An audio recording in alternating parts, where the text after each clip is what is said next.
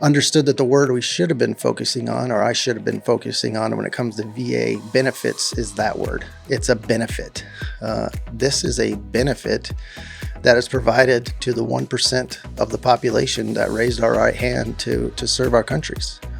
VA benefits are something that we have earned, that we are entitled to should we have the claims to support it. It's just like jump pay or your housing allowance or your food allowance. They're benefits. That's part of what comes with being in uniform. And VA is here to aid you with either medical or financial benefit for your service. Welcome to the Leading with Vulnerability podcast. I'm your host, Yuma Barnett, and today we're going to talk about navigation. Yes, navigating the VA jungle, the Veteran Affairs jungle. It can be a little bit tricky and a lot like land navigation if you don't know what you're doing and haven't done it before and haven't talked to a lot of people and got a lot of people's lessons learned and what they did. Filing for VA disability, filing your claim can be confusing at times. Sometimes there's there's conflicting information. You can be overwhelmed with information. But since I retired, I get two questions asked all the time when I run into people that I used to serve with or people that are prior service. The first question is usually, how's retirement life? And the second question was, how's your experiences been with the VA, either VA healthcare or filing your VA claim before you exited service or after you exited service? The first question of the how's retirement life, that's an easy question to answer. Retirement life has been great, getting all this time back with the family, owning my own schedule, and everything that comes along with being retired from service. The second question, what has my VA experience been like, or what was it like filing my VA claim, or what was that application process like, is not nearly as easy of a question to answer. So today I'm going to share my own experience with filing my VA claim, kind of the timeline that I used and was successful, and things that I think can help you be successful, if you are filing a VA claim. And we'll get into that word "if" here in just a second. But what is this podcast for? It's or who is it for, right? It's anyone nearing service separation, whether ETS or retirement, or those who have already separated and didn't file a VA claim before they got out. Some of the steps are still going to look very similar. What you're going to go through if you decide to do it later, and it'll also be good information for family members or people that are friends of service members who maybe got out years ago and are having medical difficulties or medical problems or having issues, and they're not getting help from the VA or utilizing their VA benefits. You might learn something here to help guide them along the process. What this episode is not, it is not a how-to guide on how to achieve 100% VA disability rating. There are plenty of channels for that. That's a whole nother topic in and of itself. When you start talking about the percentages and what they mean, that's not what this is for. I just want to share my experience with applying for VA benefits and what you can expect when you're doing it. I will say up front, I don't pretend to be a VA expert on claims or benefits. I'm learning as I go, and I've learned a lot of things prior to getting out, but I can share my own lessons learned in navigating that VA jungle when filing my own claim and kind of my experiences up until now. So I'm going to get things wrong, probably. I probably will fail to cover a few things, so leave them in the comments. But take it easy on me. I'm not here to be the expert. I'm just here to share some knowledge of some of the stuff that I went through and some experiences and lessons learned to hopefully help you have a more successful and empowered and just a better transition when you decide to leave service. I think before we really get into it, or before I get into my experience, I think we need to talk a little bit about just VA disability benefits at large. VA disability can be a taboo subject that nobody wants to talk about. Um, People, I'm not going to file for VA. I'm not disabled. I have no reason for it. People who file for VA disability benefits are weak people. They're only looking for a government handout, so forth and so on. And what I say to those people is you need to educate yourself a little bit better and kind of put your ego to the side. I know that's what I had to do. I was one of those tough talkers for years that said, I don't need the VA system. I can do it on my own. That's just not a smart way to go about things. And fortunately, I matured over the years and understood that the word we should have been focusing on, or I should have been focusing on when it comes to VA benefits, is that word. It's a benefit. This is a benefit that is provided to the 1% of the population that raised our right hand to serve our countries. VA benefits are something that we have earned, that we are entitled to should we have the claims to support it. It's just like jump pay or your housing allowance or your food allowance. They're benefits. That's part of what comes with being in uniform. And the VA is here to aid you with either medical or financial benefit for your service. So don't focus on that word disability, because that can get people kind of queasy, especially as A-typers. But focus on that word benefit, because that's exactly what it is. It's a benefit. Obviously, yes, it's a government program that some people take advantage of. Like I said in the beginning, this is not how to get your 100% VA, which there are people out there, that's their whole goal in life, is I just want to get my 100%. Yeah, there are always going to be people out there taking advantage of a system. That's no reason for people who are rightfully earn it or do it the right way shouldn't take advantage of a benefit, just because you don't want to be one of those people. At the end of the day, if you don't utilize your VA, I keep saying VA benefits, the only people that you're hurting is yourself and your family. Being a macho tough guy and not filing a claim, nobody cares if you don't do it, right? If you don't take care of yourself and your people, you gotta put yourself up front and set the ego aside, like I said, and utilize a benefit that's out there for you. So getting that out of the way, what is the VA claim process? What does it look like? Like I said, I'm not going to go into the weeds of the ratings and the percentages and the associated medical and education and finance benefits, because that's a whole nother topic. I may cover some of that in the wave tops as I go, but that's not the primary intent. VA is a government program, and like most government programs, it's not exactly straightforward. Your experiences will vary depending on what VA office you deal with or what veteran service organization you deal with, what installation you're on. But I can tell you kind of what my experiences was and what kind of the process is.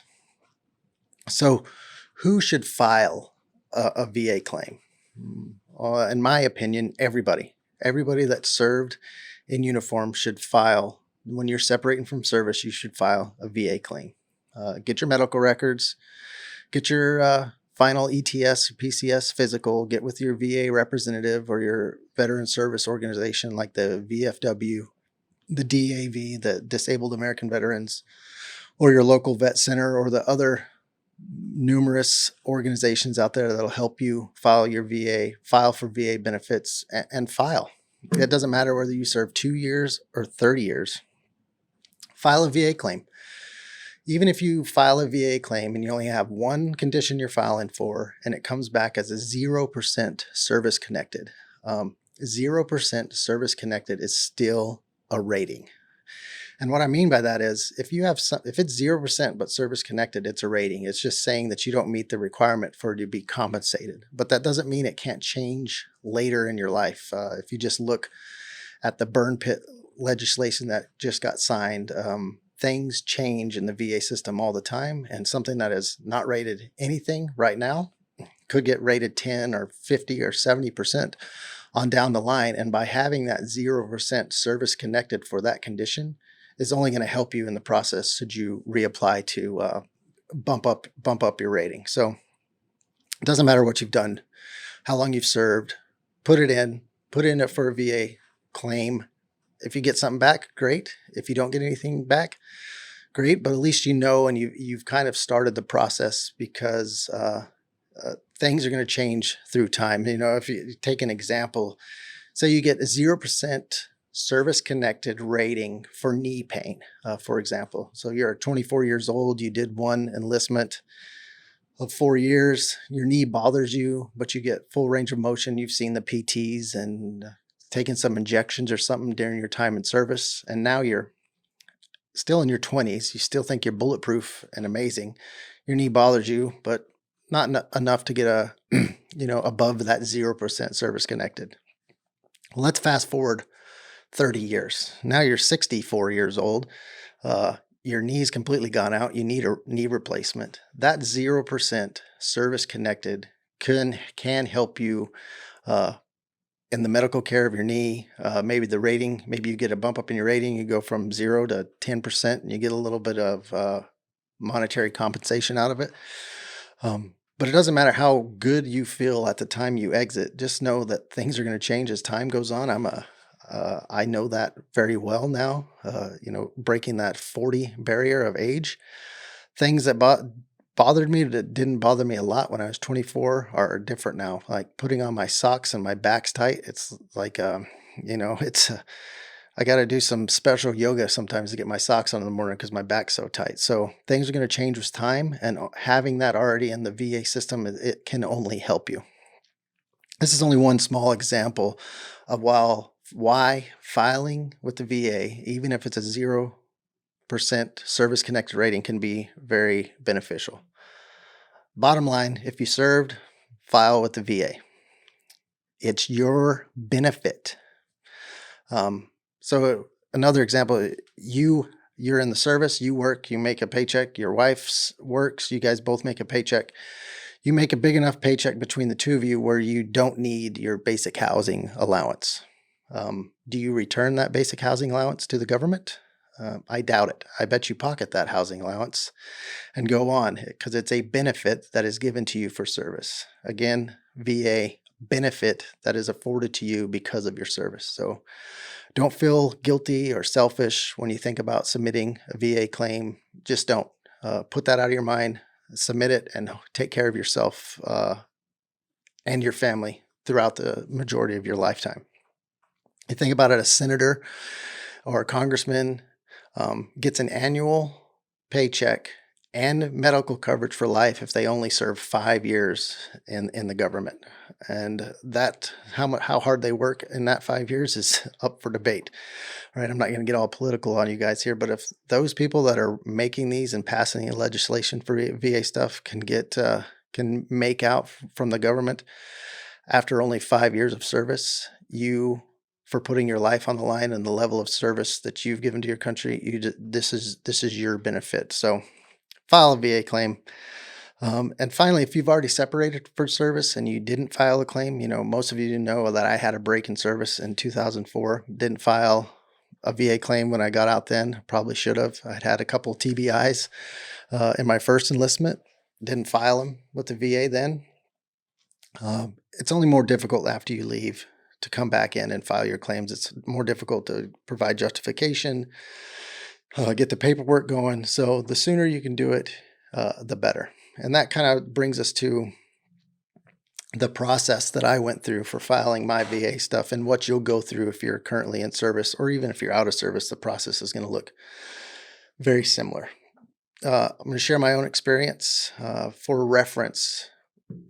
I received my VA rating exactly 30 days after my last Army paycheck. So you'll hear a lot of stories about people not getting their ratings for months or years. If you do it right and you stay on top of it, and you do it before you leave, you can get that rating relatively quick. And then for those of you who have already separated, if you stay on top of it and you turn in the right documentation, you can get it in a decent amount of time, but it's definitely going to be harder from all the experiences that I've heard. The process I used was called benefits delivered at discharge, or BDD. Of course, it's an acronym because it's a government program, right? Simply, that means that I filed my claim prior to my exit. So you can file for your VA claim up to 180 days prior to your last day in service. And that's your last payday. This does not count your terminal leave. It's the last day of the paycheck that you received from the service that you're in. So back 180 days from that, you can submit your benefits delivered at discharge VA claim. The way I've understand it and seen it, if you can get it in that 180 to 120 days, you're going to have a much faster outcome of getting your rating decision on whatever you claimed, to where if you wait, the longer you wait, the longer it's going to take. So just be proactive and getting your VA stuff done. So let's break it down into a timeline. I'm sure other people have different timelines, but this is what worked for me, and I think will probably work for you if you're planning on submitting a VA claim. So about 18 to 24 months from separation, you want to start getting your medical records in order. Go to your medical providers, get items documented, ensure past items are documented. It is a computer system. Things tend to fall off that they put in there. Make sure that everything's documented correctly. What this also does, it gives you time to kind of get some of those bumps and bruises that you've been ignoring or putting off because you didn't want to go on profile and you wanted to keep trucking on in the job. It gives you time to get the x-rays, the surgeries, the sleep studies, whatever it is. You got that 18 to 24 months to kind of try to iron out your medical records for your service. If you've only done 2 to 4 years, it might not be much, but if it was like me and you avoided the medics for 20 years, I was trying to get 20 years of documentation done in my medical records, in the last 2 years of my career. So we should be doing this our whole career, taking better care of ourselves. But let's be honest, most leaders and definitely most of the people I served with, self-care is at the end of the list, and we put everybody first. And that can kind of bite you in the butt in the end when you're filing for VA benefits. So at that 18 to 24 months, start tightening up your records and taking care of yourself and focusing on yourself a little bit more. 7 to 12 months out, you need to go to your installation medical records department and order your medical records. The sooner you can do this, the better. That's why when you start that tightening up of the records 18 to 24 months out, when you go order those medical records, you'll have almost most of the information that you need. You can always go back and order up, a supplemental copy if something is going to go in there later. But you want to order those medical records. Time is going to vary by installation. I retired out of Fort Benning. I went in to order my medical records, and she told me it's going to take 45 to 90 days to get your medical records. And that's just because there was such a backlog of people in front of me and dependents and everybody to get my medical records. It was going to take that long. It took 45 days exactly to get my medical records. You can't do anything without medical records and your retirement/ETS physical. When it comes to VA, you have to have those two things to submit your completed VA application for benefits. 5 to 6 months from separation, you need to get that ETS/retirement physical. That's number one. And number two, you need to make contact with your VSO, your Veteran Service Organization, a VFW, Disabled American Veterans, whatever other organization, or your post-VA, your VA representative that works somewhere on your installation. You need to find out if they have room in there to accept you, to help you submitting that claim. Because in some cases, they're so overwhelmed that they're not going to be able to get to you to meet that 180-day window. And so you're going to need to find somebody else to do it for you or to help you out with it. Now, you can completely submit this on your own. It's just better to have somebody there giving it a second look when you submit that stuff to the VA, somebody who's done it before, because like I said, it can be a little bit confusing. When it comes to that ETS retirement physical, something that I was told, and it worked for me, ensure you add all of the items that you plan on claiming onto that physical, because that physical is probably close to, if not the last time that a provider will look at you and sign a piece of paperwork with documentation on it. So put everything that you plan on claiming with your benefits delivered at discharge on the physical when you ETS or retire. Put it all on there. Get it all checked over again before you leave, and it's signed off by a provider one more time and will go to the VA. Okay, still in that 5 to 6 month window, you have your medical records, you have your physical. Now it's time to use that VA or VSO representative to file your claim. Filing is relatively simple. You'll fill out some VA forms. Think of DA forms, an application for your dependents, because your financial situation will change how much you get paid depending on how many dependents you have. You'll fill out your claim. So it's just literally an itemized list of what you're claiming, and some bank account information, so that if you are awarded a claim percentage, they can pay you. You fill that out. You send that up with your physical and your other supporting documentation, your medical records, and you wait. Now, do not simply turn over this claim process to your VA VSO representative, wash your hands, and walk away and have them do it for you. Be an active participant. I used the VA representative on Fort Benning. He did a great job. Sent him my medical records, sent him my physical, sent him all of my civilian medical records, and he line by line put the things that he thought I should claim.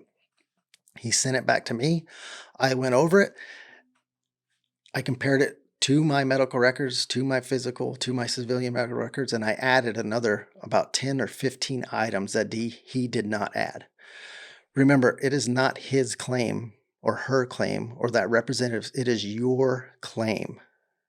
So you can put anything on there you want. Whether the VA is going to recognize it or not is another story.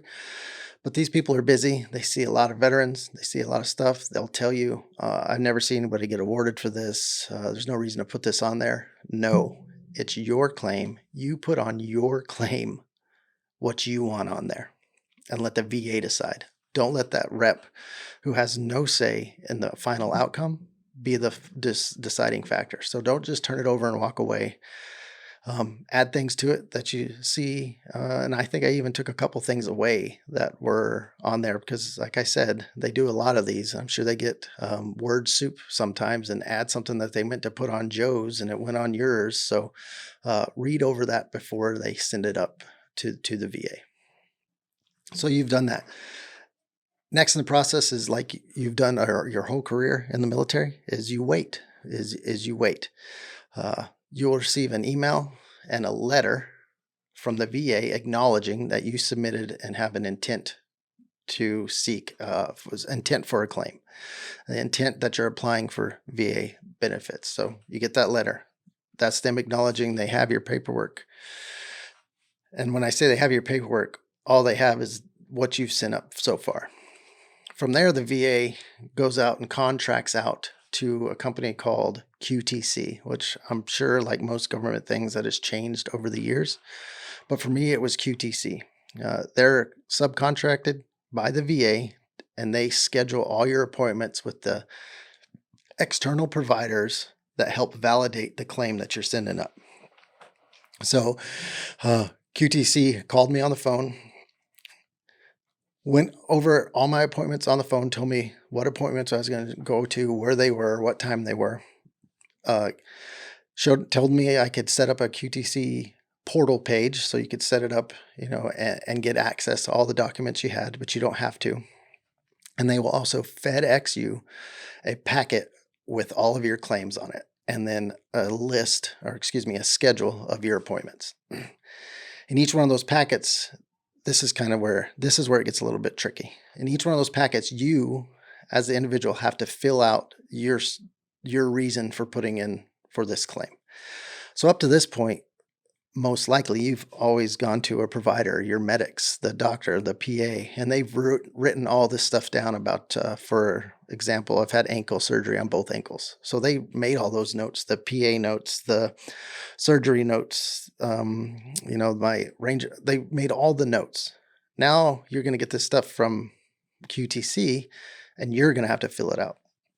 So I recommend you just pull up those notes from those doctors and you put it right onto those documents with QTC that QTC is going to send you.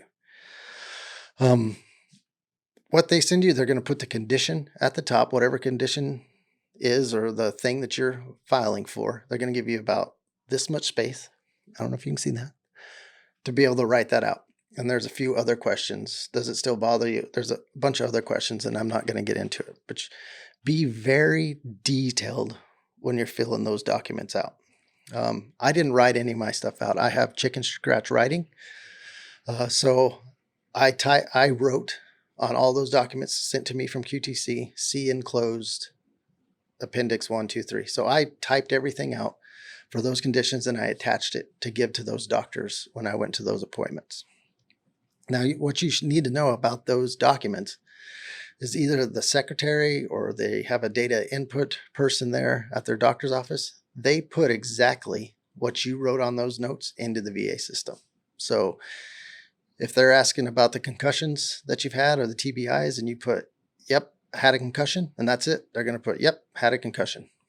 So be detailed on those documents and give just know that that's most likely is exactly what's going to be transcribed into the VA system. And in that system is where they're going to read it and make a decision whether you get rated for it or not. Like I said, be very, very detailed. I was. All the providers I went to, except for one, I gave them a lot of information, right? 21 years, 16 deployments. I had a lot of information about some of the stuff I put in there. And I asked them, I said, am I giving you too much information? And all of them said, no, I cannot have too much information. The more information I have, the better it is for you. So be detailed on those documents that you get from QTC. I did on one occasion, I had a provider said, I gave him all the documentation. I ended up giving him almost like 40 pages that I had typed out because he was the last provider that was kind of doing everything that a specialist didn't do. He straight up told me, I'm not going to accept this. It's too much information. We exchanged some words. I let him know that it was my claim and not his claim. And he accepted all of my documents and transcribed them into the VA system. So just know it's your claim. They cannot tell you what to write and what not to write on your own documents sent to you. You're going to go see these providers. For myself, I saw 5 different providers. I saw neurologist, hearing, vision, mental health, and then a general practitioner. So you have the 4 specialists there, and the general practitioner covered everything else that was not covered by those specialists. You're going to hear horror stories about some of these QTC providers. I will share my own example. Of the 5 providers I saw, 3 of them, English was their second language. I'm not saying just because English is your second language, you're not a good provider and you're not a good doctor. But when you're trying to explain to somebody, my neurologist, for example, who barely spoke English, all the details about a concussion that I'd received on an objective, trying to explain military speak to a regular provider who speaks English as a first language is difficult enough. Trying to tell it to somebody who doesn't speak English as their first language, all the jargon that comes along with the military, and hoping that he understands it so he can, put it accurately into my medical documentation going to the VA is kind of scary.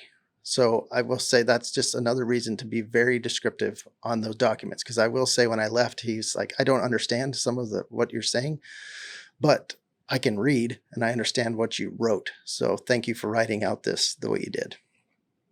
The appointments themselves are very strange. Mine were anyway. It's not your provider you're going to see. You're going to see somebody contracted out by QTC or the VA, and all my appointments are very short. I would give them the documents QTC sent me where I filled out everything about the condition that they were checking. They would look it over. They'd ask me 5 or 10 questions, and that was it. I would leave. I was not at any one provider. For the 5 providers, I was there for probably 10 minutes in the actual room at most. And then on the fifth one, which was catching up on everything else they didn't cover, I was in there for about an hour. So very strange. No small talk, no talking. It's a business transaction. It was odd. It was a very odd experience. And again, showed me the importance of having a very detailed write-up to give them. All right. So you've gone through all your QTC appointments. Those are done. What's the next thing that you're going to do? You guessed it. You're going to wait some more. You're waiting now on the VA. You're waiting on the VA to come to the rating decision, right? You can see your VA stuff on the VA portals that you'll sign up for in your VA account. And when they actually have your rating decision, they'll mail it to you. So here's mine. They put it in the mail to me. And it has every claim that I put in for. It tells me if they was service connected, what the percentage was, and gives a little bit of the why behind the decision. And that's it. From there, within about 30 days of getting my decision letter, I got my first paycheck from the VA. But like I said, if you're not active in it, you don't start it early. Everything I just said can get a little bit harder. And then with the rating decision, once you get your rating decision, that's when you have to make the decision. Are you going to appeal that? Are you going to seek an increase on a certain thing? Do you have the justification to do that? Whatever it is. I've heard of people's fights or trying to get their benefits from the VA taking years and years. But if you're very thorough up front, it will only help you. So that's the VA filing process as I've experienced it to now. I haven't really done much with VA medical yet. I'm still new in the process and trying to figure it out, but I'll be sure to share any lessons learned I get from that as well. But to sum everything up, I would say, start early, start your whole career really of taking care of yourself and getting things documented. But at that 18 to 24 months out that you're getting out, start tidying up those medical records. Be an active participant in the process. Don't be a bystander. Talk to others who have been through the process. Like I said, you're just going to get one perspective here and one point of view. Some people had way worse experiences than I had, and some people had way better experiences than I had. So talk to a lot of people about their process and learn from it. And that goes to the next point, is just educate yourself. There's a lot of Facebook forums for you guys out there that are on the Facebook that deal with VA stuff and answer questions. Use the VA website and talk to those VSOs and those VA representatives on base. The VFW, the DAV, they're there to help you. Be careful of paying somebody to do it.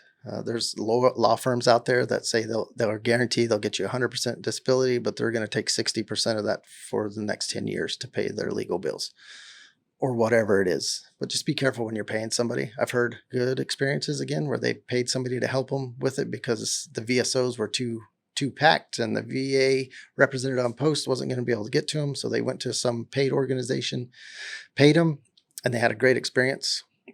Others, I've heard them just get taken advantage of. So try to use the free organizations that are there. And the way to do that is to start early. And the last thing I said, I was done saying it, I think, but it's your benefits. These are your benefits.